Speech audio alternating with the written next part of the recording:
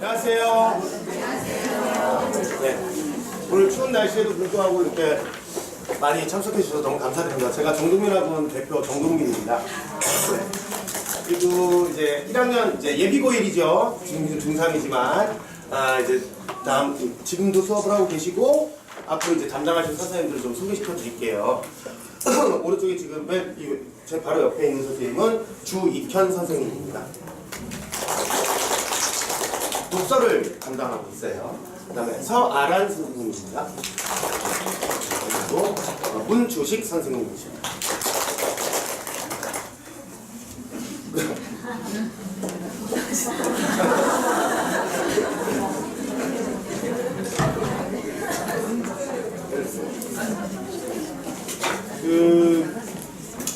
매년 어머님들도 잘 아시다시피 국어가 어렵게 출제되고 있어요. 예, 내신 시험도 어렵고요. 수능 시험은 뭐 익히 방송이나 언론을 통해서 접하셨겠지만 굉장히 어렵게 출제가 되고 있습니다. 매년 수능이 시작할 때 국어 시간이 1교시잖아요. 그리고 이제 수능 필적 확인란이라고 해서 그 학생 본인인지의 여부를 따지는 그 문장이 이렇게 나와요. 올해의 그 필적 확인 문구가 그대만큼 사랑스러운 사람을 본 일이 없다 라는 아주 아름다운 문장을 필적 확인으로 내고 시험을 그따구로 그래 그대만큼 사랑스러운 사람을 본 일이 없는데 시험은 아마 제가 이제 올해로 17년차 이제 선생인데요. 원래 제가 대원외고 나왔어요. 대원외고고등학교. 네, 도곡국민학교, 단대부중, 대원외고. 대치동이 제 고향이에요. 그래서 이제 그 선생을 이제 학교 선생부터 시작을 했어요. 저도 하원 영사가 아니고 모교에 대원외고 이제 선생으로 이제 부임을 해서 하다가 이제 나중에 하원가로 나오게 됐는데 17년 차거든요. 제가 16년 동안 다니는 올해가 이제 17년 차인데 역대 경험했던 수능 중에서 아마 가장 어렵지 않았나. 네, 이번에 시험을 본 게 1등급 컷이 86점 정도는 그 정도라면 그러니까 실제 현장에서 80점 넘는 아이들이 그렇게 많지 않다는 얘기거든요. 근데 이제 문제는 이게 1교시에 국어 시험을 그렇게 보고 나니까 평상시에 거의 다 맞거나 한두 개 틀리던 아이들이 한 막 90점 혹은 바로 이제 자기가 느낌이 오거든요. 공부 잘하는 아이들도 88점 이렇게 받은 것 같은 거예요. 느낌이. 근데 망했다는 생각, 실제로는 1등급인데 망했다는 생각이 든 거죠. 막 대여섯 개 정도를 막 찍고 나왔으니까. 그러고 나서 이제 수학하고 영어하고 이제 이어서 시험을 보다 보니까 아마 좀 많이 이제 힘들었을 거라는 생각이 들었어요. 근데 이제 여러 가지 측면이 있는데 뭐 자세히 이제 설명도 드리겠지만 가면 갈수록 이제 우리말이고 어쨌든 우리 글이기 때문에 계속 천천히 쳐다보면 답이 나올 수 있는 부분이잖아요. 가면 갈수록 시간이 많이 부족해요. 글밥이 너무 많아요. 지문도 엄청 길고 긴데다가 또 읽으면 읽을수록 무슨 말인지 전혀 알 수 없는 그런 내용들로 출제를 하고 있기 때문에 좀 미리미리 좀 대비를 해야 되는 부분이 없지 않아 있습니다. 그래서 오늘 이제 전체적으로 현행 입시체제 그리고 이제 예비고 친구들이 이제 2022학년도가 되겠죠. 그것도 이제 경험하게 될 입시와 관련된 것들 그리고 학생부 전형이라든지 수능 정시 전형이라든지 상세한 것들을 이제 전달을 해드릴 텐데요. 아까 이제 주익현 선생님이 이제 1학년 팀장이에요. 담임 선생님이고 그래서 하나하나 설명을 드리도록 할게요. 아주 소중한 정보들이 많이 담겨 있으니까 특히 그 어머니 자리에 이렇게 에코백 제가 놔드렸어요. 제 굿즈예요. 네. 매번 설명회 때마다 제가 말씀을 드리는데 이거를 놓고 이것만 가져가시면 안 돼요. 아니 이걸 다 빼놓고 이것만 가져가시면 어떻게 해요? 많아요. 이거 많으니까 필요하시면 더 드릴 테니까 이거를 그냥 놓고 귀찮다고 놓고 가시면 안 됩니다. 세상에 안에 있는 걸 빼놓고 볼펜만 가지고 가시는 이 안에 굉장히 소중한 정보들이 많이 담겨 있어요. 오늘 수업을 잘 들으시고 집에 가서 한 번만 정확하게 꼼꼼하게 읽어보시면 많은 도움이 될 거예요. 절대 놓고 가시면 안 됩니다. 절대 놓고 가시면 안 되고 꼭 이렇게 챙겨서 가져가시길 바래요. 어머니. 잠시만요. 인사 먼저 올리고 시작하겠습니다. 강사 주익현이라고 합니다.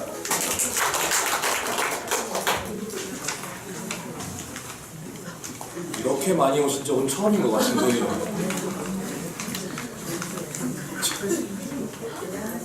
학생들한테 미안한 말이지만 평가원한테 감사하다고 얘기하고 싶어서 막 해주셨는데. 네. 우선은 몇 가지 질문부터 제가 먼저 드릴게요. 자녀가 첫째이신 분 한번 손 좀 들어주실 수 있어요? 그럼 둘째이신 분. 그래서 우선 첫째이신 분들은 오늘 아마 처음 접하는 내용들이 많을 거고 뉴스를 통해서 이제 대략적인 것만 아마 알고 오셨기 때문에 좀 자세히 설명을 드릴 거고, 그 다음에 자녀가 둘째이신 분들도 첫째 때랑은 상황이 좀 많이 달라진 상황이 좀 많아서 그것들 위주로 먼저 우선 설명을 드릴 건데, 본격적으로 설명하기에 앞서서 자녀가 둘째이신 분들은 잘 아시겠지만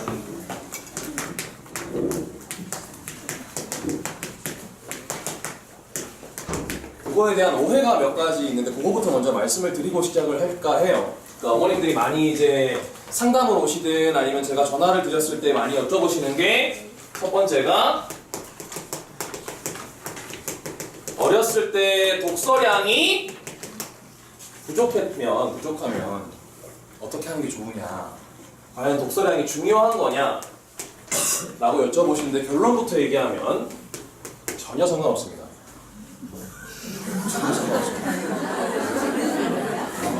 전혀 상관없습니다. 어렸을 때 뭐 책을 많이 읽었네, 한자 자격증을 땄네, 뭐 전혀 중요하지 않습니다. 고등학교 국어에서는 전혀 상관없습니다. 중요한 건 이 아이가 국어를 잘하느냐 못하느냐에서 가장 결정적인 건 야속하게 들으실 수도 있겠지만 재능입니다. 재능이 있습니다. 이렇게 격하게 반응하실 게 아니겠지? 근데 대부분의 아이들은, 거의 99%의 아이들은 재능이 없습니다. 그러니까 제가 말씀드리는 재능이라는 건 학원을 안 다녀도 되는 아이를 말씀드리는 겁니다. 지금 댁에 돌아가셔서 오늘 수능 시험지를 제가 하나씩 다 드렸어요. 댁에 돌아가셔서 그걸 풀렸는데 애가 95점 이상이 나왔다. 걔는 재능이 있는 겁니다. 그러니까 그런 애들이 한둘씩 있어요. 지역마다.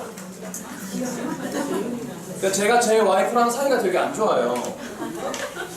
근데 제 와이프가 항상 학창 시절을 얘기를 하면 자기는 학원을 안 다녔다라고 얘기를 해요.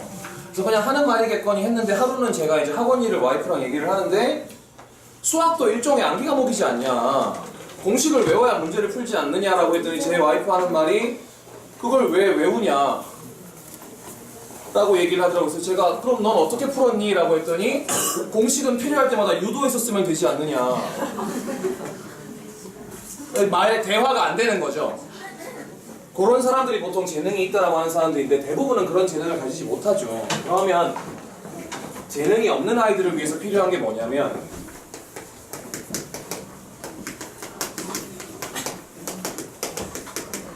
반복과 장기학습입니다. 이게 첫 번째로 꼭 알아두셔야 되는 겁니다. 첫 번째 주의하실 사항, 우리 아이는 재능이 없다? 그러니까 반복을 해줘야 된다. 그래서 두 번째로 많이 하시는 질문이,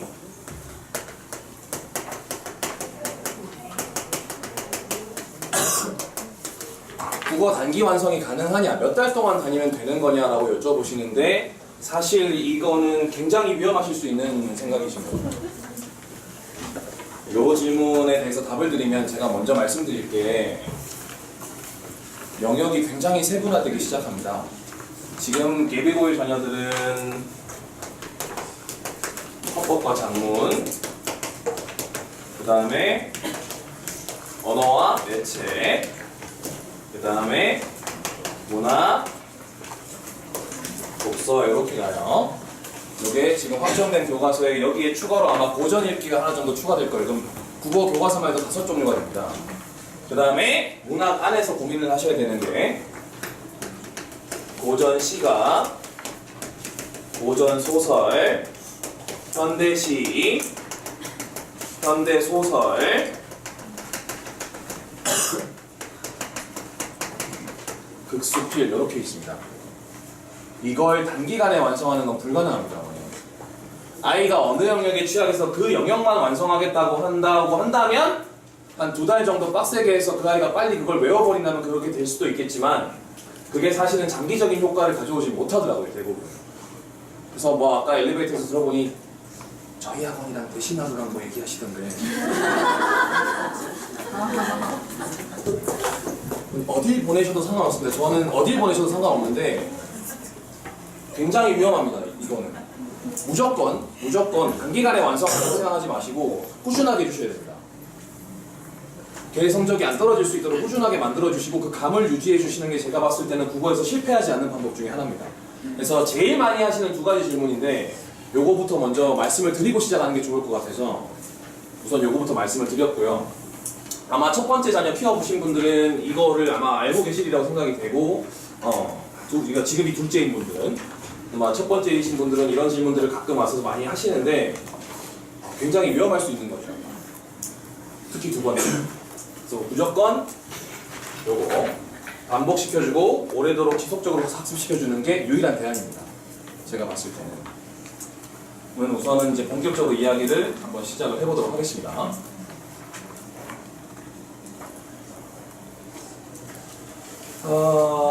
먼저 대입 전형의 이해부터 말씀을 드리겠습니다. 대부분의 큰 틀에서는 변화가 없고 대입 간소화 정책에 따라서 이 세 가지로 나눌 수가 있는데요. 우선은 정시 같은 경우는 지금 수능 점수로 거의 100% 가는 전형이라고 생각하시면 되고 수시 안에 이제 학생부 종합과 학생부 교과 그리고 대학별 고사에 면접, 논술, 적성이 있는데 지금 적성 같은 경우는 2021년까지 대학에서 자율적으로 폐지하는 걸 유도하는 추세고 아마 여러분 이제 예비 고1부터는 적성고사는 없다고 보시면 됩니다. 그래서 우선 요거는 빼고 생각하시는 게 아마 좋으실 듯 하고요. 수시에 대한 관심이 제일 많을 텐데 제일 하나 큰 틀을 이해해 두셔야 되는 게 지금 제가 제일 위에 2019, 2020학년 대학시라고 해놨는데 지금 2022년에는 정시가 확대되는 추세라는 것만 정확하게 이해를 해두시면 될 것 같습니다.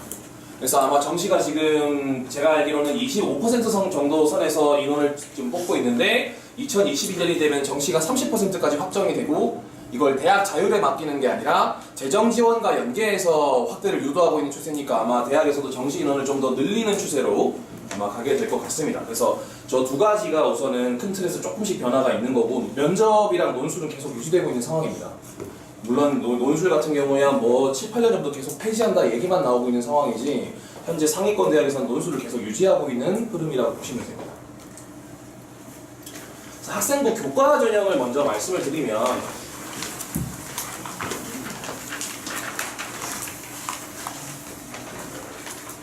그러니까 말 그대로 내신 성적이 사실상 다라고 생각하시면 됩니다. 그래서 내신 성적이 거의 우수한 학교에서 말 그대로 전교 1, 2등 하는 애들 사이의 경쟁이라고 보시면 돼요. 그래서 거의 학생부 교과로 학교 괜찮은 학교를 간다라고 하면 내신 성적이 거의 1.1, 1.2 뭐 이 정도 돼야 어느 정도 우리가 익히 이름을 들어봤을 법한 유명한 대학을 간다고 보시면 되는 전형인데 문제는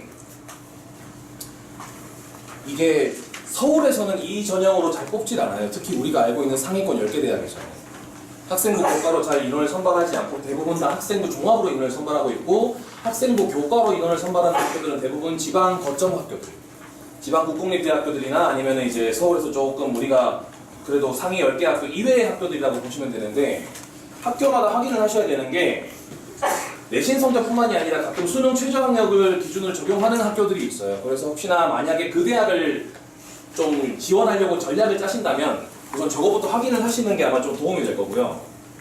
그 다음에 교과 성적 반영 방법, 그러니까 어느 과목을 어떻게 반영할 건지 게다가 지금 이건 좀 이따 말씀드릴 내용인데 이제 선택 과목이라는 게 생겨요. 고교 학점제라는 걸 도입시키고 이제 그거를 어느 정도 안정화시키기 위해서 학생들을 이제 국어뿐만이 아니라 수학이든 모든 과목에서 선택 과목을 적용하기 시키는데 그 선택 과목 중에 어떤 과목을 더 점수를 많이 주는지 그런 것들을 아마 좀 확인을 해보시는 게 제가 봤을 때는 전략상 유리하실 것 같고요. 그 다음에 제일 중요한 게 경쟁률이 낮아요. 말 그대로 전교 1등끼리의 싸움이기 때문에 경쟁률이 낮다 보니까 대부분 다 지원하는 애들이 중복돼서 지원을 합니다. 그러니까 이 아이가 성적이 좋은 이 아이가 여러 군데 학교에 같이 다 지원을 하는 거죠. 그러다 보니까 아무래도 중복 합격자가 늘어나고 2월 인원이 많아지죠. 그래서 이 2월 인원이 다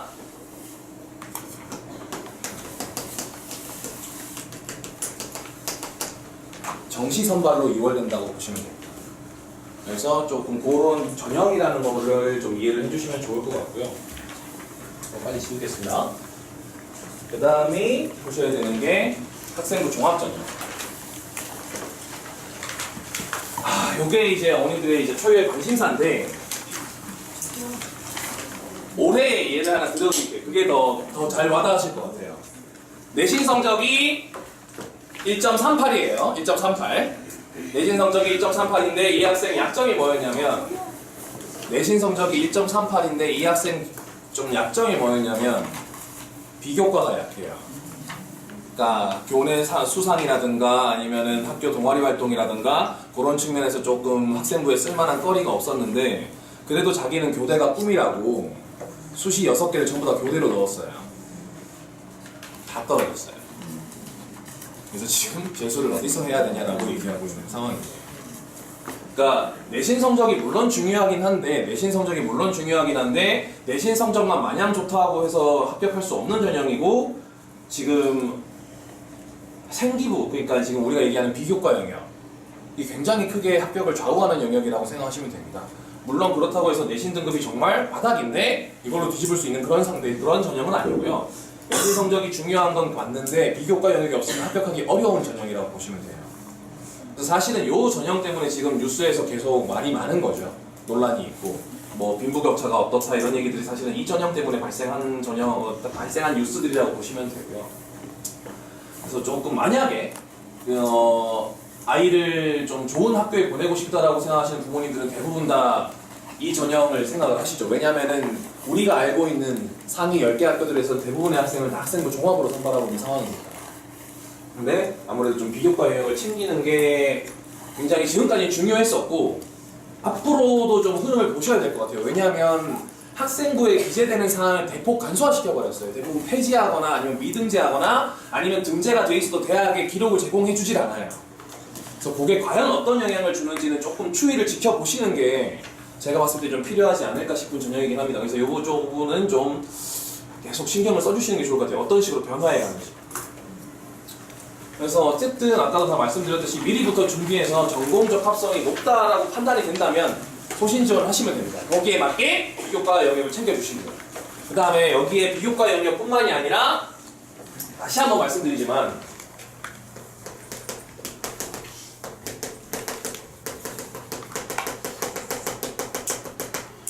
과목별 필수 선택 과목이 있어요. 그러니까 국어 같으면 화법과 작문, 그 다음에 뭐 언어와 매체 둘 중에 하나를 선택하셔야 되는 거고, 수학 같으면 이제 미적분, 기하 이런 것들 중에서 선택을 해주셔야 되는 거죠. 아마 각 과별로 아니면 각 대학별로 특정 과목에 아마 가산점을 줄 확률이 굉장히 높지 않을까라고 판단이 되니 그 부분도 한번 체크를 해주시는 게 조금 좋을 것 같다는 생각이 들고요. 그 다음에 지금 뭐 여러 가지 약간 다 말씀드렸던 건데 제일 좀 안타까운 것 중에 하나는 요거. 이걸 꼭 직전에 하시더라고요. 바빠요. 직전에 하시면. 그러니까 보통 예직이 말씀을 하시는 게 7월 달쯤 이제 말씀을 하십니다. 대부분. 고3 7월 달에. 겨울부터 챙겨주셔야 됩니다. 만약에 지원을 할 거라면. 물론 1학기 때 내신 성적이 어떻게 나오느냐에 따라서 지원할 수 있는 대학이 좀 달라져서 불안한 감은 있지만, 그래도 혹시 모르니 만약에 경우를 대해서 플랜 A, B, C를 세워두시고 대비를 해주시는 게 애가 덜 바빠요.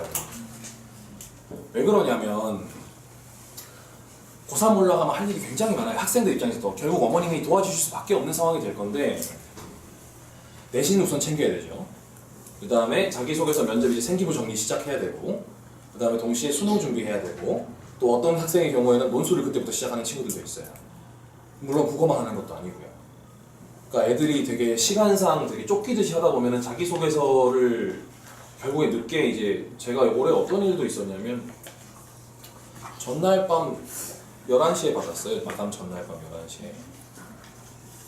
그래서 제발 자기 것 좀 읽어달라고. 다 고쳐서 해줬어요. 어쩔 수가 없으니까. 근데 그럴 정도로 이제 애들은 시간이 없고 급박하게 그렇게 이제 스케줄이 돌아가게 되더라고요, 대부분. 그래서 이 부분을 조금 미리부터 인지하시고 신경을 쓰고 좀 길게 계획을 세워주시는 게 제가 봤을 때는 좀 필요하지 않을까 싶어요. 그 다음에 아까도 말씀드렸듯이 물론 내신 성적이 굉장히 중요하죠. 수업 성적이 굉장히 중요한데 비교과가 없으면 이 전형은 좀 합격 확률이 떨어진다고 보시면 됩니다. 그래서 그런 전형이라고 생각하시면 되고요. 그래서 아까도 근데 말씀드렸던 사항의 연속일 수도 있겠다만 모집 인원을 보시면 사실상 학생부 종합과 학생부 교과가 대부분 이제 수시에서 대부분의 비중을 차지를 하는데 어떻게 보면 교과로 더 많이 선발을 하죠. 전국 단위로 보자면. 근데 아까도 말씀드렸듯이 서울권의 대학들을 보자면 학생부 종합이 사실상 이제 62%를 차지하고 있고 학생부 교과는 9% 정도밖에 안 됩니다. 그래서 아마 조금 이제 우리가 알고 있는 상위 학교를 보내고자 하신다면은 학생부 종합 위주로 아마 지금 대비를 해주실 수밖에 없으신 상황이라고 보시면 돼요. 그래서 또 한번 시도별 인원을 한번 보실게요. 학생부 교과로 제일 많이 뽑는 지금 지역이 부산 경북 쪽입니다. 그러니까 지방 거점 학교들에서 사실상 학생부 교과로 인원을 제일 많이 뽑는 거죠. 그 다음에 이제 학생부 종합을 보시면 서울권이 압도적으로 많아요. 그 다음 하나 또 보셔야 될 게 논술. 서울권에서 인서울에 있는 대학들이 대부분 다 논술을 굉장히 많이 반영을 합니다. 어떻게 보면 전체 인원의 3분의 1을 논술로 뽑는다고 얘기할 수 있을 정도로도 많이 얘기를 하는 전형이니까 조금 논술도 폐지된다는 얘기만 나오고 있는데 아직 폐지된 게 아니라 실제로 저만큼 많은 학생 수를 서울권에서 뽑고 있다는 것도 놓치면 안 되는 부분 중에 하나고요. 적성과 이제 실기는 조금 이제 예외적인 거니까 넘어가도록 하겠습니다. 입시 결과를 보시면은 지금 대부분 다 학생부 교과 종합, 그 다음에 논술, 실기 이렇게 돼 있는데 거의 다 지금 수시에서는 고3들이 유리한 패턴으로 돌아가고 있다고 보시면 되고요. 수능에서는 아무래도 수능과 논술에서는 좀 N수생들이 조금 비교적 우세한 그런 상황이라고 보시면 돼요. 그래서 우리 아이가 나중에 아니면은 지금 어떻게 보면 올해 고3 자녀를 두셨던 분들도 마찬가지고 혹시나 아이가 좋지 못한 성적을 받아서 재수를 하게 되면 어떡할까라고 고민하시면 되는데 그래서 올해 좀 상황이 재수생이 아마 폭발할 것 같은 그런 느낌이긴 하다만 숫자를 보시면 아시겠지만 재수생이 유리한 건 없습니다. 사실상 숫자를 보시면 아시겠지만 재수생들 제가 재수를 해봐서 아는데 오늘 더 쫄려요. 상수할까봐. 죽고 싶어요 진짜. 제가 2001년도에 첫 수능을 받고 저는 올해 애들 마음이 이해가 가요. 왜냐면 제가 2002년도에 수능을 봤거든요. 그때 국어 듣기가 있었을 때요, 어머님. 듣기 2번 문제 정답률이 19%였어요. 그러니까 수능 딱 제가 재수하고 수능을 보러 갔는데 국어 시험 시작 하자마자 19%인 거죠. 그러니까 이게 다 설명을 하더라고요. 그래서 설명을 하길래 막 열심히 더 듣고 있는데 끝인 거죠. 근데 난 답을 못 찾겠는데 3번 이러고 넘어가더라고요. 그래서 그때부터 저희 멘탈이 망가진 거죠, 저는. 그러니까 저는 애들이 어떤 마음인지 대충 올해 어떤 느낌인지 알겠어요. 그러니까 이렇게 수능이 나와버리면 변별력이 오히려 더 없거든요. 열심히 한 친구들은 점수가 떨어지고 대충 한 친구들은 보던 대로 봐요. 그러니까 이게 굉장히 애들 입장에서 억울한 거죠. 그래서 아마 재수생이 많이 늘어날 거긴 한데 재수형들이 별로 유리한 건 없어요. 진짜 더 오히려 자괴감이 들고 시험 보러 들어가서 더 불안하고 엄마를 실망시키고 싶지 않은데 다시 한 번 더 실망시키면 어떡하나 그런 마음 때문에 오히려 시험 보는 그 현장에서 재수생들이 더 많이 주눅들죠, 사실은. 그래서 제가 봤을 때 그렇게 재수생이 준비한 건 아니고요. 아마 이 데이터의 차이는 성적이 좀 미세하게 불만족스러웠던 애들이 다시 한번 도전하는 경우, 자기는 서울대 가고 싶었는데 고대 갔다 이런 거, 이런 것들 때문에 아마 조금 차이가 나는 게 아닐까라고 보실 수 있는데 대부분 다 고3 애들에게 유리하게 짜여져 있다고 보시면 됩니다. 아까도 말씀드렸다시피 계속 데이터를 보여드리고 있는데 서울권 학교들은 대부분 다 학생부 종합으로 선발이 되고 있고 그 다음에 정시가 현재 21%랑 이제 2월 인원까지 하면 전체 26.2%까지 인원수가 늘어난다는 거. 그리고 다시 한번 정리를 해드리자면 지금 우리가 알고 있는 서울 인서울권의 학교들은 대부분 학생부 교과로 뽑지 않는다는 거. 그거만 명확하게 알고 넘어가시면 될 것 같습니다.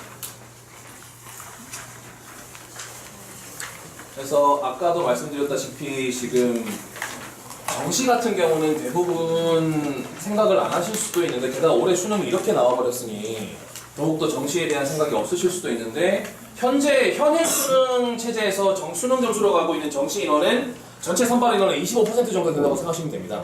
왜냐면 아까 학생부 교과라든가 아니면 학생부 2월 학생부 종합에서 2월 되는 인원들까지 합산을 하면 총 25% 4분의 1 정도가 정시로 대학을 갔다고 보시면 되고 지금 이게 점점 더 확대되는 흐름이라고 보시면 돼요.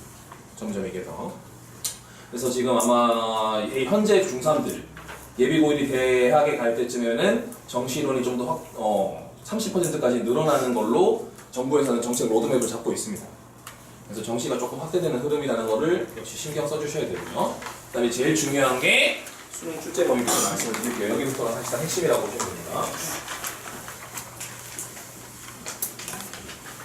포맷도 안 정해졌어요. 아직 수능이 어떻게 될지.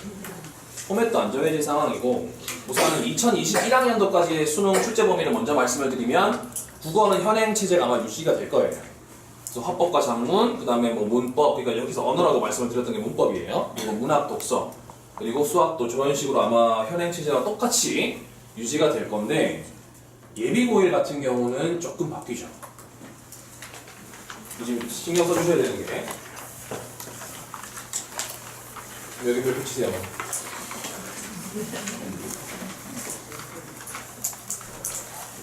화법과 작문, 그 다음에 언어와 매체인데 문법이라고 보시면 됩니다. 그래서 기존 체제에서 독서랑 문학은 필수로 공통적으로 들어가는데 대학에서 아마 어떤 과목을 가중치를 줄지 그러니까 우리가 알기로는 화법과 작문이 난이도가 떨어지고 문법이 어렵다고 생각하는데 그것도 아니에요. 지금 보시면 좀 이따 시험 제가 보여드릴 건데 풀어보라고 말씀 안 드릴게요. 근데 난이도 차이보다는 어떤 학과에서 어떤 과목을 좀 더 전공에 적합한 걸로 판단하는지 그런 걸 신경을 써서 애가 아마 총 국어 이수학점이 1학년 때 뭐 1학년 1학기에 10학점이다 라고 한다면 대부분 2학점 정도는 요 과목을 채우게 될 거예요. 그래서 아마 지금 제 예상으로는 물론 국어 1학년 때 어떻게 돌아갈지 모르겠다만 2학년 때부터는 국어 시험을 2번 봐야 될 가능성이 큽니다. 내신 때.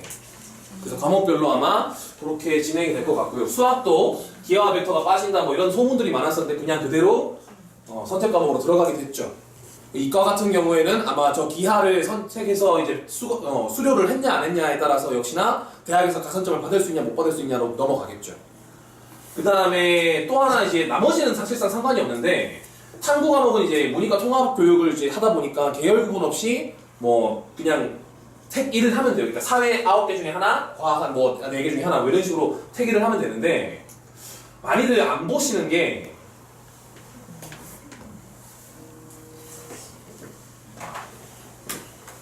EBS 연계율이 50%로 떨어져요. 그러니까 지금처럼 70% 연계했다 이런 게 아닌 거죠.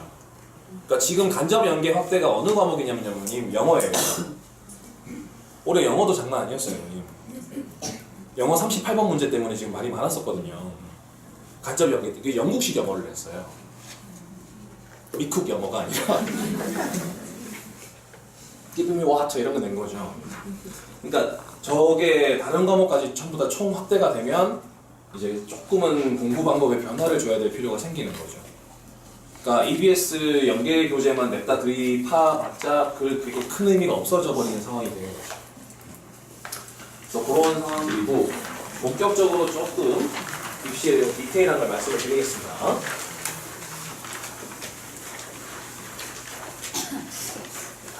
보통 이제 그 6개월 전까지 입학전에 대한 기본 사항을 공표한다고 했는데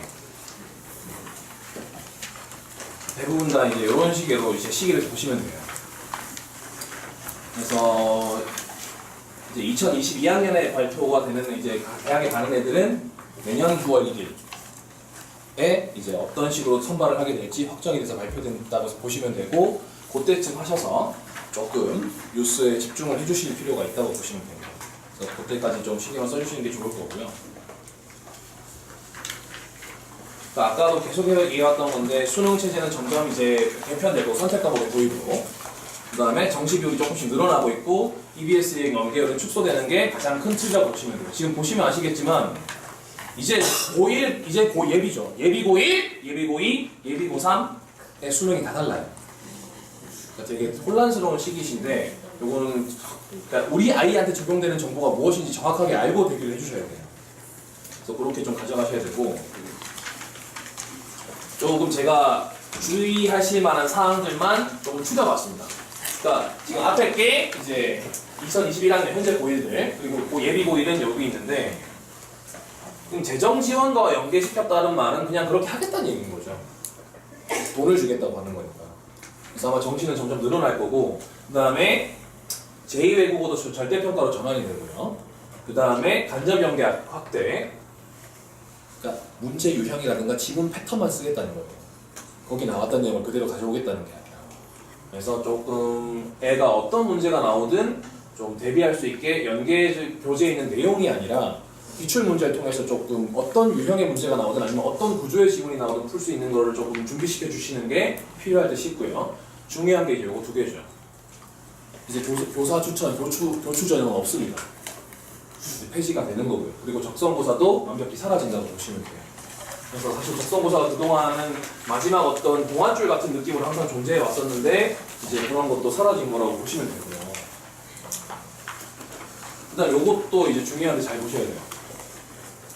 생활기록부에 기재 개선되는 거. 그 전까지는 이제 학생정 물론 가족사항을 뭐 직업까지 쓰는 건 아니었다만 부모님의 출신이라든가 뭐 나이라든가 이런 것까지 다 썼었는데 이제 부모님에 관련된 정보는 삭제하는 걸로. 학생부 학생기록부에서 이제 더 이상 효력이 없는 상황이고요. 그 다음에 수상 경력도 이제 제공하는 대학 측에 제공하는 경력 개수, 수상 경력 개수를 제한해 버렸기 때문에 제한하거나 아니면 이런 등급 같은 건 그러니까 몇 일을 했느냐 이런 거 아예 제공을 안 해줘요. 사실상 효력이 많이 떨어지고 있는 상황이라고 보시면 되고요. 그 다음에 어머니들이 이제 1학년 때부터 꾸준히 부모의 진로희망, 자녀의 진로희망 이런 것들을 써서 이제 지금까지 해오셨을 건데 그런 거 이제 없습니다. 그런 거 이제 사라졌다고 보시면 되고요. 그 다음에 창의적 체험 활동, 그러니까 동아리, 뭐 그 다음에 동아리 활동이라든가 교과 세부 특기 항목 이런 게 전부 다 대부분 간소화되거나 아예 쓰는 게 금지되거나 써봤자 대학에 제공되지 않습니다. 그래서 거의 지금 다 우리가 머리 아파했던, 골치 아파했던 대부분의 것들이 사라지고 있는 추세라고 보시면 돼요. 그 다음에 교과학습 발달사항, 그러니까 뭐 이제 방과학교에서 어떤 수업을 이수했고 어떤 활동을 했었다. 이런 것들도 이제 기록을 했었는데 아예 기록을 안 하거나 요 정도만 유지해요. 요 정도만. 정말 세부 특기 사항이 있는 경우는 현행 유지하는 걸로. 얘가 어느 과목이 정말 뛰어나다거나 뛰어나서 뭘 주도했다거나 이런 게 아니라면 쓰지 않는 걸로 지금 현재 방향이 잡혀 있다고 보시면 됩니다. 그래서 그런 상황이시고요. 요게 이제 짜증이 나죠. 오형점제. 근데 아직까지는 그렇게까지 걱정을 안 하셔도 되는 게 도입 기반 마련 단계이기 때문에 뭔가 본격적인 변화는 아직은 없을 거예요. 그러니까 점진적인 변화를 아마 목표를 하고 있는 것 같은데 아까도 말씀드렸다시피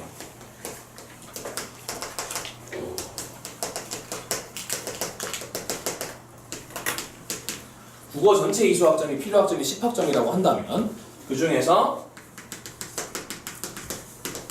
선택을 아마 2학점 정도 이수하는 방향으로. 그래서 아마 그런 식으로 해서 내신에 반영되지 않을까. 그러면 이런 식의 이제 이수를 반영을 하려면 결국엔 내신에서 국어 시험을 국어를 2번 보는 수밖에 없어요.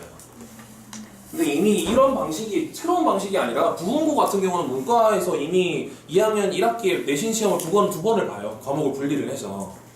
그래서 제가 봤을 때는 아직까지는 큰 틀에서는 제가 봤을 때 변화가 없는 것 같아요. 그래서 그냥 반영되는 어떤 시스템이 조금 달라졌다 뿐이지 학생들의 학습 방향에서는 사실상 큰 변화가 없을 가능성이 더 크다고 보시면 됩니다. 그래서 이거는 그렇게 뭐 학생들에게 더 학업 부담을 준다든가 어머님에게 좀 더 스트레스를 주는 그런 것까지는 아닐 것 같아요. 제가 봤을 때는.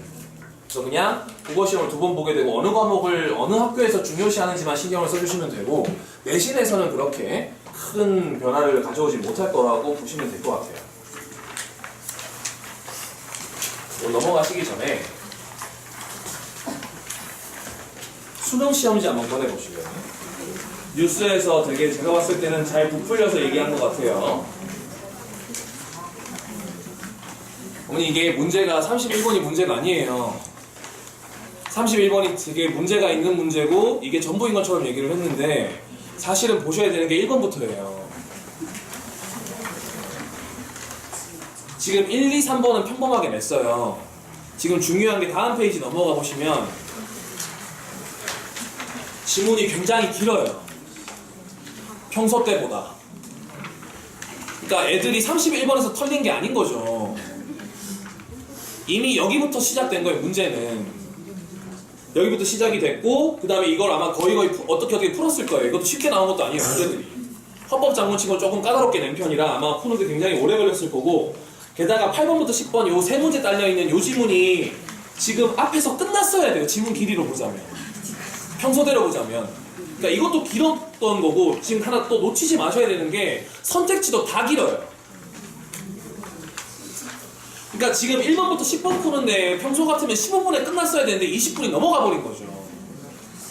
그러니까 애들은 시계 보고 그때부터 이제 마음이 좀 조급한 거죠. 그 다음에 문법 11번 문제가 뭐냐면 이게 평소처럼 나온 게 아니라 노가다 문제가 나왔어요. 그러니까 교육청이라든가 내신에서 시킬 법한 문제를 11번에 내놓은 거죠. 그러니까 애들은 수능 유형이 아닌데 라고 하면서 여기서 이제 푸는 접근 방식부터 어버버거리기 시작하니까 15번까지 풀었을 때 대부분 지금 시험을 망친 애들의 공통적인 이야기는 자기가 20분 내에 이걸 끝냈었는데 끝내고 보니 30분, 35분이 지나갔더라. 그러니까 당연히 마음이 조급해지죠.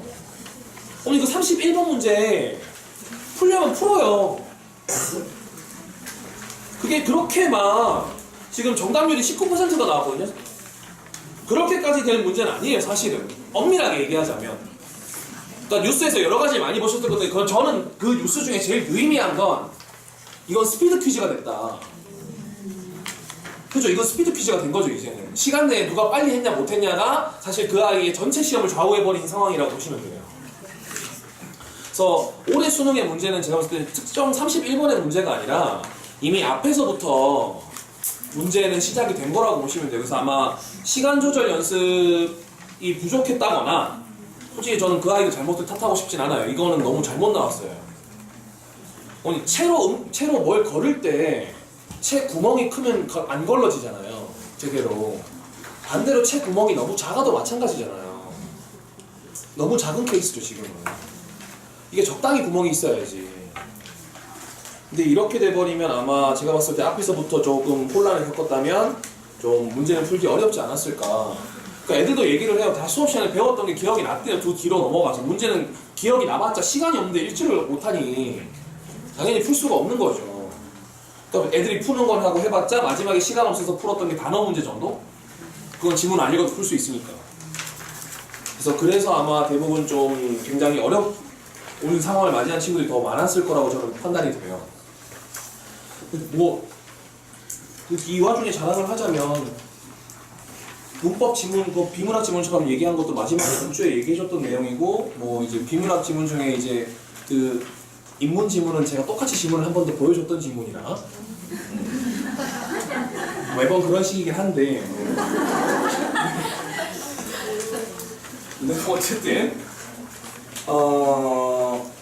그래서 조금 뉴스랑은 좀 다르게 말씀을 드리고 싶었어요. 제가 봤을 때 문제가 그 물리 같은 국어 문제의 문제점이 아니라 그런 문제들은 항상 나왔었어요, 어머님.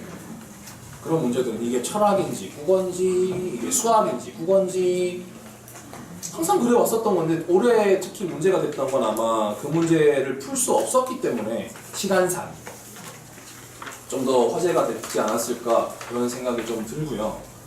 그래서 좀 대비를 해줄 때 어떻게 해주는 게 좋을까 사실은 그 얘기를 제일 먼저 드리고 싶었어요. 앞에 것들은 뉴스에서도 많이 접하실 수 있는 내용인데 저는 좀 포인트를 짚어드리고 싶었던 거였다면 이제 바뀌게 되는 게 세부 영역에서는 이제 화법 자문이냐 문법이냐 그리고 독서 문학은 필수로 들어간다고 보시면 돼요. 근데 문학 같은 경우는 대부분 세부 영역이 되게 많기 때문에 좀 준비해 주는데 시간이 오래 걸려요. 그러니까 고전 시가랑 고전 소설을 제일 많이 어려워들 하는데 어렸을 때는 이게 사실은 익숙해지기만 하고 데이터베이스만 확충해 준다면 그렇게 어려운 파트가 아니거든요. 대신에 본인이 좀 다양한 작품을 볼 수 있도록 시간을 좀 길게 잡고 공부를 시켜주시는 게 필요한데 그런 세부 영역에 대한 것도 좀 고민을 해주셔야 되고 그 다음에 지금 계속해서 언론에서도 얘기를 하고 입시 전문가들도 얘기를 하는데 국어 독서 난이도가 상승했다는 거는 지금 6년째 이어지는 이야기고요. 이제 그건 당연한 거고 사실은 더 중요한 게 아까도 말씀드렸다시피 지문 길이가 증가하고 있다는 거예요. 저 긴 지문에서 어떻게 필요한 걸 빨리 뽑아내고 빨리 읽어내느냐가 아마 조금 연습의 주안점을 차지할 사항이라고 보시면 되고요. 그리고 지금 제가 세 번째 난이도는 어렵게 유지될 거다라고 말씀을 드렸는데 그러니까 수능이 이렇게 나오면 이제 어머님들 이제 중에서 고2 자녀를 두신 분들은 우리 애 때는 안 저러겠지. 고1 어머님들은 이제 아직 그거보다는 내신에 더 집중해야겠지. 그리고 이제 중3 어머님들은 어머 어떡하니 이렇게 되는 건데 저게 해에 따라서 달라지는 게 아니라요, 어머님. 지금 어쨌든 이 정부가 유지되는 한 이 정부의 기조는 수능 절대평가예요. 근데 수능 절대평가를 영어랑 비슷하게 한다고 쳤을 때 1등급 컷이 90점이라고 친다면 국어 1등급이 90점이라 그러면 굉장히 어려운 편이에요.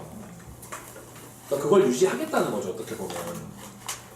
그래서 제가 봤을 때 당분간은 저 어려운 국어라는 게 체감상 어려운 국어라는 게 변화되진 않을 것 같아요. 그래서 아마 유지될 거라고 지금 제가 써놓은 거고요. 그러면 제일 궁금하실 게 학교별 내신 경향이실 것 같아서 좀 써넣어봤는데요. 우선 평촌 지역부터 말씀을 드리면 고1 때는 교과서 외의 교재를 잘 쓰지 않습니다. 물론 교과서 안에 있는 것만 가지고 얘기를 하는데 대부분 시험당 작품 수가 8개에서 플러스 마이너스 한두 개 정도라고 보시면 돼요. 그래서 시험 범위가 많은 편은 아니에요. 시험 범위가 많은 편은 아닌데 시험 낼 때 꼭 외부 작품을 안 가르쳐 준 걸 내요. 그러니까 아무래도 수능 유형에 선호하다 보니까 애들이 처음 보는 지문도 훈련할 수 있게끔 아니면 독해내서 문제를 풀 수 있게끔 그런 연습을 시키시는 것 같은데 그런 것들을 미리 좀 해주셔야 돼요, 학원에서도. 그래서 아마 내신에서도 그런 교과서 위주의 시험 범위겠지만 외부 작품이 많이 나오고 그 다음에 신성고라든가 아니면은 뭐 일부 학교에서는 6월, 11월 모의고사를 시험 범위에 활용을 합니다. 특히 문학 지문 같은 경우. 그래서 외부 교재를 써봤자 그 정도라고 생각하시면 되고요.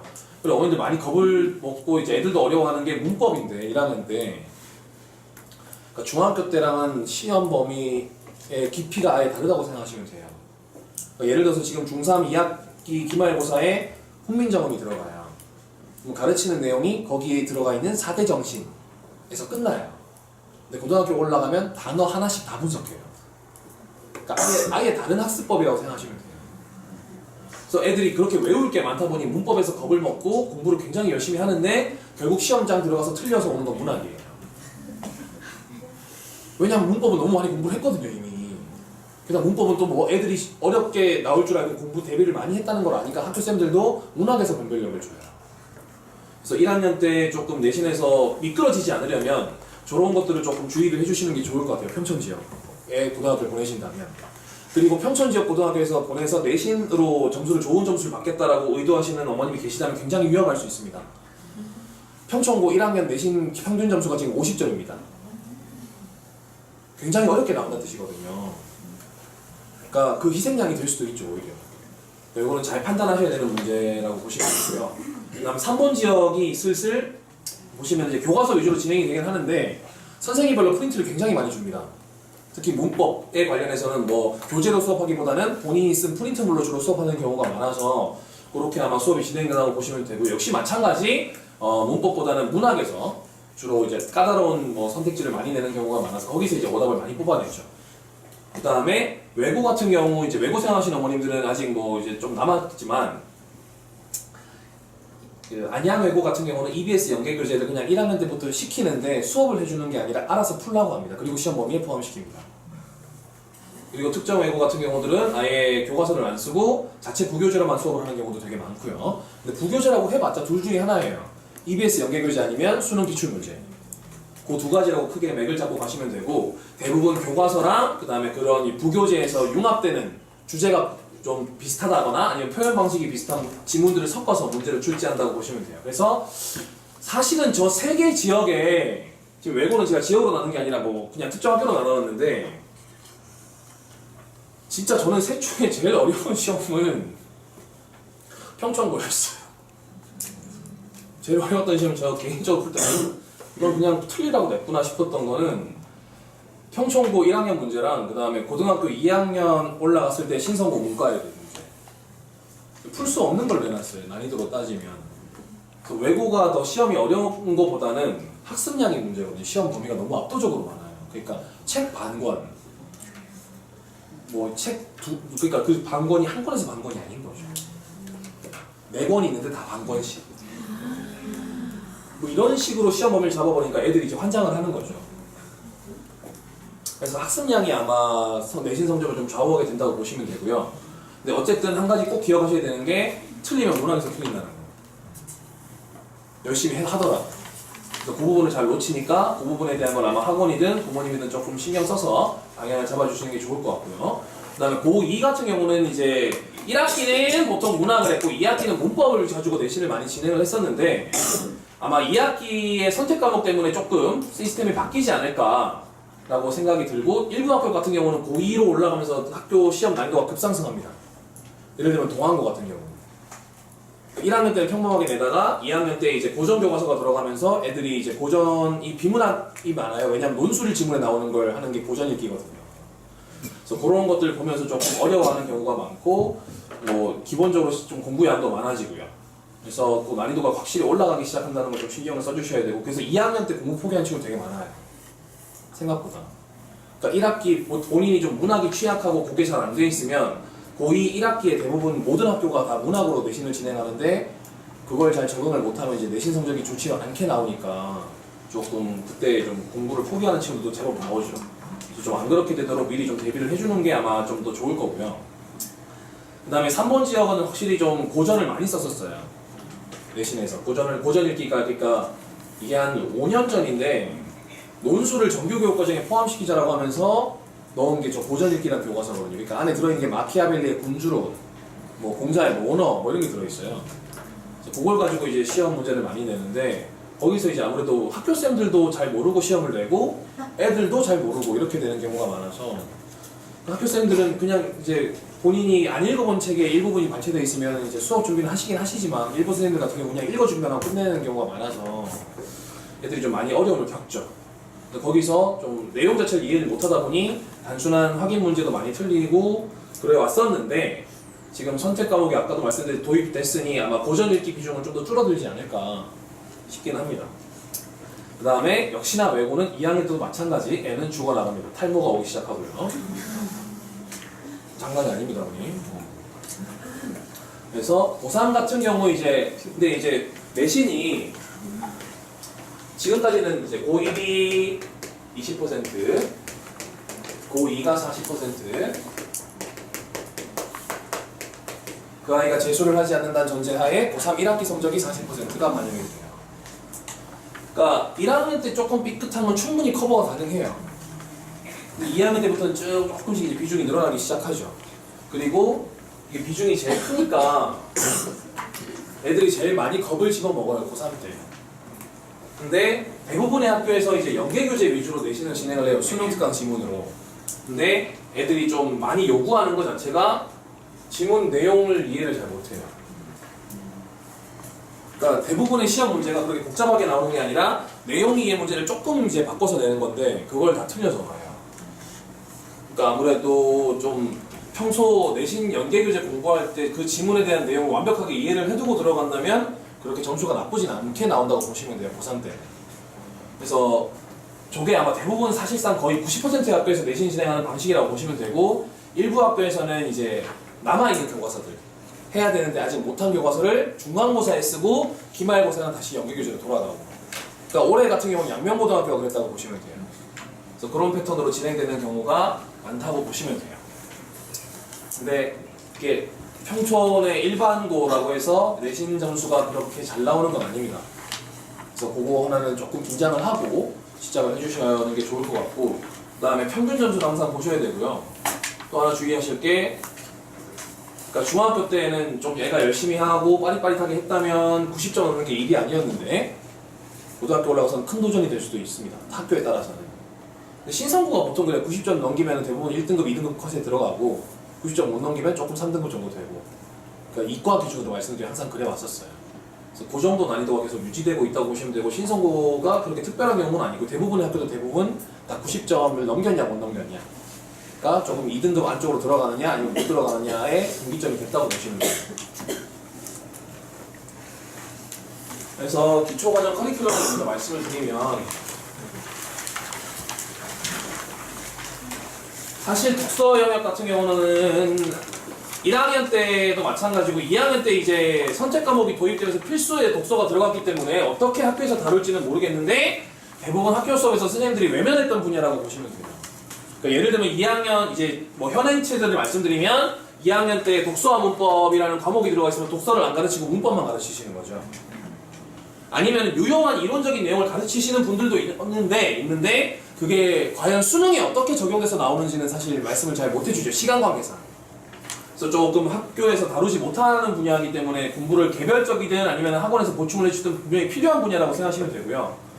올해 이제 31번이 화제가 됐던 것처럼 난이도를 보통 좌우하는 문제가, 킬링 문제는 보통 독서 문제라고 보시면 돼요. 저는 그런 문제 애들한테 버리라고 그러거든요. 31번 하나 푸느니 뒤에 있는 14문제 푸는 게 도움이 되니까. 근데 어쨌든 그런 문제를 만약에 다른 문제를 다 풀고 그런 문제까지 풀고 싶다면 무조건 학습을 시켜주셔야 되는 분야라고 보시면 되고, 내용적인 접근은 못한다고 보시면 됩니다. 그러니까 애들한테도 매번 가르치는 건데 이거를 완벽하게 이해하고 풀 수 있는 애가 몇 명이나 있었을까요? 이 물리학을. 그 대학생 2학년 정도에 배우는 내용이거든요. 제가 하는 게 맞으면. 그러면 이거 못 풀어요. 내용 가지고는. 그러면 과연 지문에서 어떤 정보를 잡아내서 어떻게 문제에 적용하고, 그리고 지문을, 그 긴 지문을 읽을 때 서술 방식이 어떻게 되고 구조를 빨리 파악해서 문제로 접근하는 게 아무래도 좀 현실적인 방법이라고 보시면 될 것 같기 때문에 이번 과정에는 아마 구체적인 독해 전략, 그러니까 글에서 뭘 설명하려고 하는지, 구조를 어떻게 파악하는지, 중요한 문장은 뭐고 중요하지 않은 문장은 뭔지, 그런 것들을 아마 이번 과정부터 슬슬 시작을 하게 될 것 같고요. 그리고 문학은 지금 내신에서 대부분을 차지하고 있는 분야고, 사실상 아까도 말씀드렸다시피 잘 보겠지라고 기대를 하는데 실제로는 저기서 이제 등급이 나뉜다고 보시면 되는 파트라고 보시면 되고요. 그래서 이번 과정에서는 좀 어떤 작품에 대한 설명을 하는 것보다는 고등학교에서 올라가서 배우게 될 작품 장르, 그러니까 서정, 서사, 교술, 극장르에 대한 기본적인 필수 개념이라든가 그런 이해력을 좀 높이는 방향으로 학습 방향을 잡았고요. 그 다음에 문법은 학생들이 아무래도 제일 어렵게 느끼고 내신 때 제일 많은 학습 시간을 필요로 하는 부분이기도 한데, 본인이 반복만 잘해주면 나중에 제일 쉬워지는 분야이기도 해요. 그래서 고등학교에서 올라가서 아마 당장 써먹을 수 있을 만한 내용부터 차츰차츰 다시 언어의 특성부터 의문까지, 그래서 그렇게 아마 이제 커리큘럼이 시작돼서 진행된다고 보시면 될 것 같고요. 그래서 총 4시간 수업이 진행이 될 거고, 문법은 1시간, 독서는 1시간 30분, 문학은 1시간 30분. 그렇게 해서 총 3분 선생님이 아까 소개드렸던 선생님들이 다 들어간다고 보시면 됩니다. 그래서 이제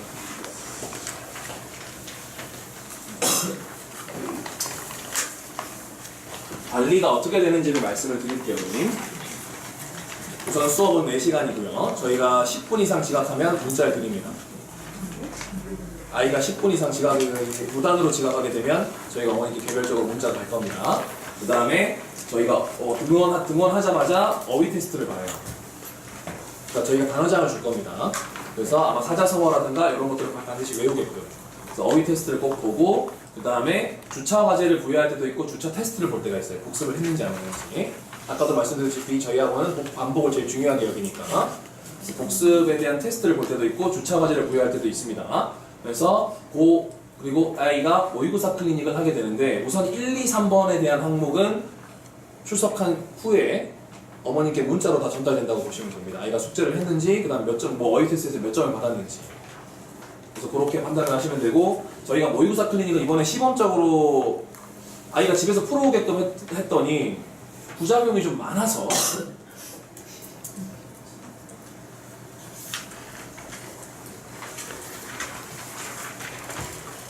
원래는 이렇게 하려고 했었어요. 그러니까 아이가 일주일 동안 학습할 양을 충분히 제공하고 꾸준하게 학습할 수 있도록 유도를 했었는데 부작용이 이제 모의고사 클리닉이 자기들끼리 답지를 공유하더라고요. 그리고 이제 좀 자율적으로 할 수 있게끔 했더니 아무래도 참석률도 많이 떨어지고 그래서 우선은 시범 운영 차마 해본 거니 그렇게 불이익을 당장 주진 못했습니다만 다음 과정부터는 저희가 어떻게 할 거냐면 원래 성적표가 이렇게 나가요 학생들한테 본인이 뭐가 취약하고 그 다음에 저희가 아무 기준 없는 시험 보는 게 아니라 다 지금까지 나왔던 기출 문제로 풀려요. 물론 지금 고3 기출 문제를 풀리진 않겠지만 고2들이 그러니까 등급컷이 나와 있는 시험으로 다 시험을 보기 때문에 어느 정도 객관적인 성적이라고 보시면 돼요. 그러니까 그 성적표를 보면 우리 아이가 지금 어느 정도의 상황이구나라는 게 조금 보여요. 그래서 성적표를 학생들한테 이제 보라고 전달을 하고 줬더니 이제 중간에 사라진다. 그래서 지금은 이제 시스템이 이렇게 돌아가신다고 보시면 되는데 어쨌든 아까도 말씀드렸다시피 지문 길이가 점점 길어지는 상황에서 80분이나 시간 내에 45문제를 푸는 연습을 꾸준하게 해줘야 되니 학원에서 풀이하는 시간을 따로 개별적으로 정해줄 겁니다. 그래서 학원에 와서 모의고사 한 세트를 푼다고 생각하시면 돼요. 시간 내에 80분은 시간을 재서 시간을 풀고 그 다음에 1차 채점을 스스로 할 겁니다.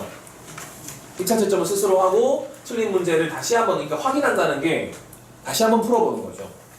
다시 한번 풀어보고 이후에 질문이라고 되어 있는데 사실은 이게 문제에 대한 질문이라고 보신다. 그 문제 내용에 대한 질문이 아니라 본인이 그걸 왜 틀렸냐는 거죠. 처음에 생각을 어떻게 했는데 이후에는 어떻게 바꿨다. 그래도 안 되면 이게 뭐 이것도 뭐가 문제냐. 그런 걸 정정해 준다거나 아니면 보시면 알겠지만 약점 분석이라는 게 들어가요. 개별적으로 할 때. 그러니까 네가 어떤 문제 유형에 취약하고 아니면은 어떤 파트에서 취약하니 앞으로 공부 방향을 이렇게 잡는 게 좋을 것이다. 라는 얘기를 해주는 시간이라고 보시면 돼요. 클리닉 시간은. 그래서 매주 한 번씩 시행이 되고 그냥 집에서 해오고 틀린 그 문제만 분석만 해주려고 했는데 그게 아무래도 좀 부작용이 많으니 학원에서 문제를 풀어보는 걸로 우선 방향을 잡고 내신 기간에 시행하지 않습니다. 내신에. 왜냐면 내신에 집중을 해야 되니까 내신 성적이 이제 대학에 반영이 되니 내신 기간에서 시행을 하지 않는데 저 성적들을 저희가 대부분 다 누적시켜서 가지고 있어요. 그러면 1년 정도 이제 보게 되면 저희가 총 45주인가 수업 기간이 나올 거예요. 그럼 내신 기간을 지금 빼더라도 대충 모의고사를 30번 정도 보는 거거든요. 그럼 1년치 본인의 데이터가 나오는 거죠. 어디를 취약하니 어떻게 공부 방향을 잡아야 된다. 그래서 그런 것들을 위해서 사실은 하는 작업이라고 보시면 되고요. 사실은 저게 저희가 대형학원이라는 이미지가 굉장히 크잖아요, 어머님. 근데 제가 5년 전에 이 학원에 왔었거든요. 5년 전에 이 학원에 와서 이제 뭐 아까 대표님이나 아니면 지금 뭐 고3 가르치는 최창희 원장이나 저한테 자기 학원이 크다 그러니 여기서 일해보지 않겠느냐라고 해서 왔더니 한 학원생이 150명 있더라고요. 그래 학원생 귀엽네 그러고 왔어요. 그러고 이제 제가 고등학교 1학년부터 이제 가르치기 시작하면서 그때 고등학교 1학년이 저희 학원에 6명 있었어요. 고1 전체 인원이. 고3이 120명이고 고2가 한 30명 있었나? 그래서 저는 그때부터 키워온 학원이라 그 6명이 올해 430명이 됐었거든요. 제가 맡았던 인원이. 그래서 저는 사실 대형 학원이라는 이미지가 잘 모르겠어요. 저는 어색해요. 왜냐면 저는 6명일 때부터 시작했으니까. 그래서 사실은 그 430명 인원을 가르치면서 저 딴에도 되게 힘에 부친 적도 많았고 아니 갑자기 신규생이 150명이 들어오니까 이름을 못 외우겠더라고요. 제가 350명까지 다 외웠었는데 그래서 좀 저 딴에도 저거를 어떻게 처리하는 게 좋을까. 왜냐면은 이게 수용 공간도 부족하고 선생님들 물리적 인력도 부족을 해서 저걸 어떻게 하면 좋을지 고민을 되게 많이 했었는데 저희가 항상 학원에 애들이 자유롭게 오게 했었거든요. 네가 오고 싶을 때 와서 질문하고 오고 싶을 때 와서 풀어라고 했는데 그렇게 하니까 도저히 감당이 안 돼서 아마 저희가 강제적으로 푸는 시간을 일괄적으로 정해줄 것 같아요. 몇 명씩 와서 풀어라. 그래서 아마 그거에 좀 물론 학생이 가능한 시간에 맞춰서 하겠지만 그래서 아마 그런 식으로 조금 시행이 될 것 같다는 거 좀 양해를 해주시면 좋을 것 같아요. 왜냐면 가급적이면 학생 편한 시간에 맞춰서 하는 게 저희의 원칙이었는데 저희가 어떻게든 해주고 싶긴 저희는 굉장히 좋은 시스템이라고 생각을 하거든요. 그래서 저걸 안 버리고 유지하기 위해서 좀 강제적인 걸 하는 거니 그런 부분을 조금 이해를 해주셨으면은 먼저 하는 부탁을 드리고요. 그래서 저희 학원의 시스템은 그렇게 이제 진행이 되니 지금 수능 때문인지 모르겠지만 어쨌든 지금 대부분 다 마감이 돼 있어서 그래서 좀 혹시나 기다리실 수 있으신 상황이겠지만 그게 아니시면은 조금 서두르셔야 되는 상황이라고 전달해달래요. 제가 이런 얘기하면 너무 돈 밝히는 것 같아서 저희 학원에 대한 안 좋은 소문들도 굉장히 많이 듣고 있는데 뭐 돈을 너무 많이 밝힌다 뭐 저희가 6년째 학원비가 안 바뀌어서 잘 모르겠어요. 저희가 돈을 밝히는 건지. 근데 어쨌든 저도 월급 받는 직장인이라 제가 할 수 있는 최선은 다하겠습니다. 항상 그래왔듯이 돈보다는 더 학생을 생각하고 그거에 맞춰 최선을 다해서 움직일 테니 꼭 그거만 좀 오해 없으셨으면 항상 말씀을 드리고요. 혹시나 궁금하신 게 있으면 저한테 문자로 남겨주시면 제가 확인하고 바로 연락을 드리는 걸로 하겠습니다. 현재 저는 지금 이 학원 부원장이고요. 아까 말씀드렸다시피 지금 현재 예비고시를 담당하게 됐으니 혹시나 또 개별적으로 궁금하신 사항이 있다거나 학원 등록에 관해서 뭔가 얘기하실 수 있으면 저기로 문자를 남겨주시면 제가 확인하고 꼭 연락을 드리도록 하겠습니다. 긴 시간 들어주셔서 너무 감사했습니다.